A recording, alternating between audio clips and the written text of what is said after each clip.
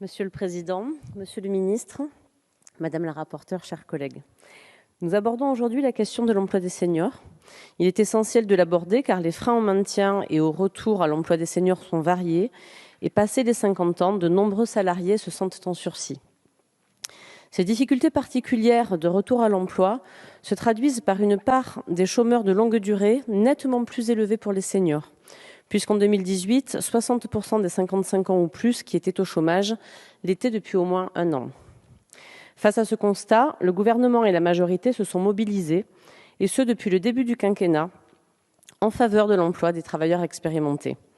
En effet, la loi renforçant l'inclusion dans l'emploi, portée par ma collègue Marie-Christine Verdier-Jouclas, vise à favoriser la réinsertion sur le marché du travail des seniors qui peinent à trouver un emploi dans une entreprise de droit commun. Elle instaure le CDI Inclusion, qui permet aux salariés âgés de 57 ans rencontrant des difficultés sociales et professionnelles particulières d'être embauchés par une structure d'insertion par l'activité économique en contrat à durée indéterminée.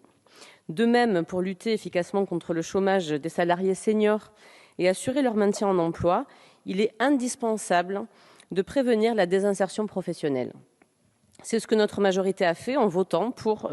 la loi pour la prévention en santé au travail, portée par mes collègues Charlotte Parmentier-Lecocq et Carole Grandjean. Cette loi, issue directement de la volonté des partenaires sociaux, inscrite dans un accord national interprofessionnel, crée notamment des cellules de prévention de la désinsertion professionnelle au sein des services de santé au travail.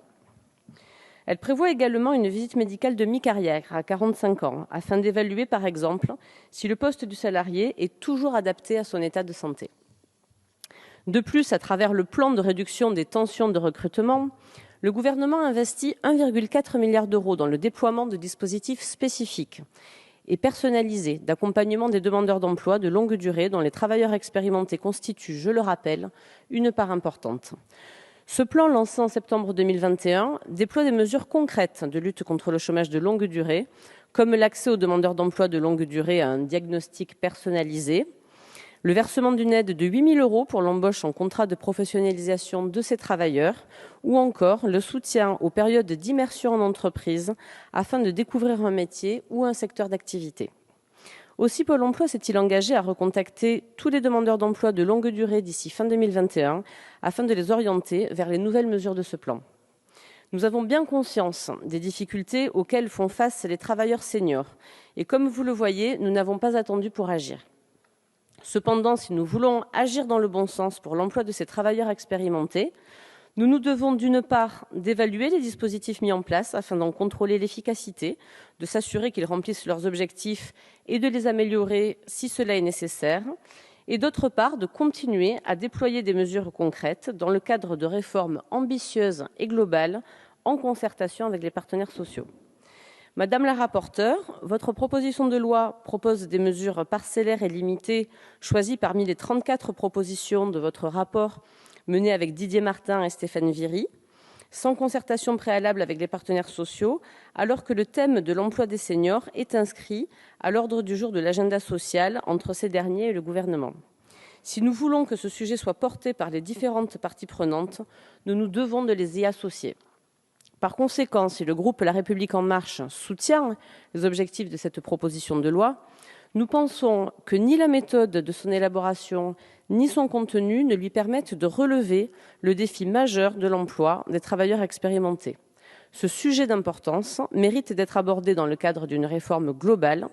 qui ne saurait être, par ailleurs, dissociée d'une réforme des retraites.